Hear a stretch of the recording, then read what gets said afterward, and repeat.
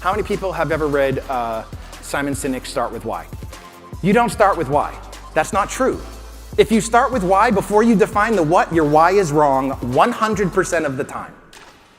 You have to define what matters most before you know what your why is. If you choose your why before you, this is the things, these are my non-negotiables, your why is not correct. So the what is defining those things that are your non-negotiables. The why that you have is why you are going to do it, but the how is the mission, and the mission changes all the time. How I accomplish that changes with every conversation. It changes every day. It changes with every client or person that I come in contact with, because I can't treat you the same as I treat you or treat you. That's not it, right? You heard it earlier, it's the platinum rule. I need to treat you how you want to be treated, and you don't want to be treated the same as how she wants to be treated. And so the way that I accomplish it is through this. This is what you're looking at. It's what I bring to the table that is completely unique. It is the black sheep within me.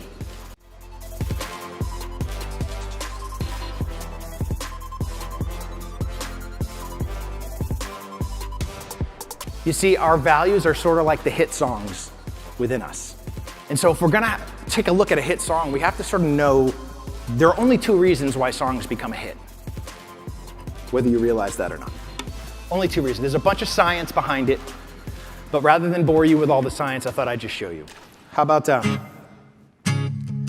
got my first real 6-string, bought it at the 5 and dime. I played it till my fingers bled. Okay. We'll teach pitch lessons when we're done. How about this? I only wanna see you standing in that purple rain. That's my church right there. I'll tell you what, you are one leather buttless chaps away from an amazing show. It's next year. The reason that hit songs resonate is that they actually do something amazing, which is they connect our head and our heart. That's the songwriter's job, is to connect the head and the heart. So when your head and your heart connect, that's when the magic happens. And it's actually why, so those songs that I just played were written over 30 years ago.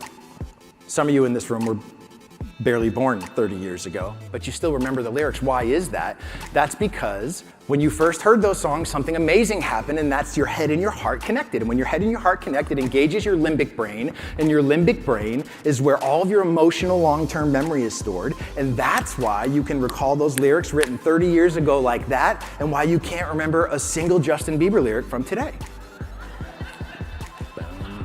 Mic drop. We have to start with our what.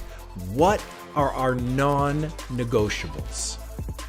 What are those things that no matter how much someone wants to try to influence us, they simply can't be changed? You see, I like to call those things our black sheep values.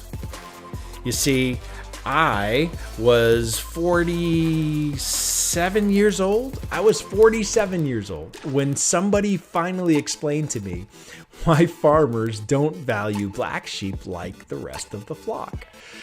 And when I found out, I was just blown away. You see, farmers don't value black sheep like the rest of the flock because a black sheep's wool cannot be dyed.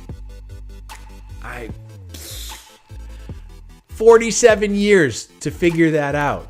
Every black sheep is in essence 100% authentically original. So when I talk about these black sheep values, what I am referring to are those deeply held, non-negotiable values that no matter how much someone tries to influence or change you, they simply cannot be changed.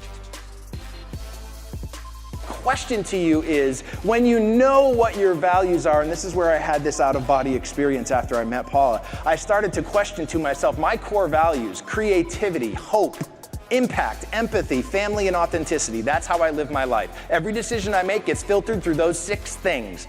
I started to ask myself, where's the proof? Where is the proof? If somebody followed me around for 24 hours, would they see proof of what I say matters most.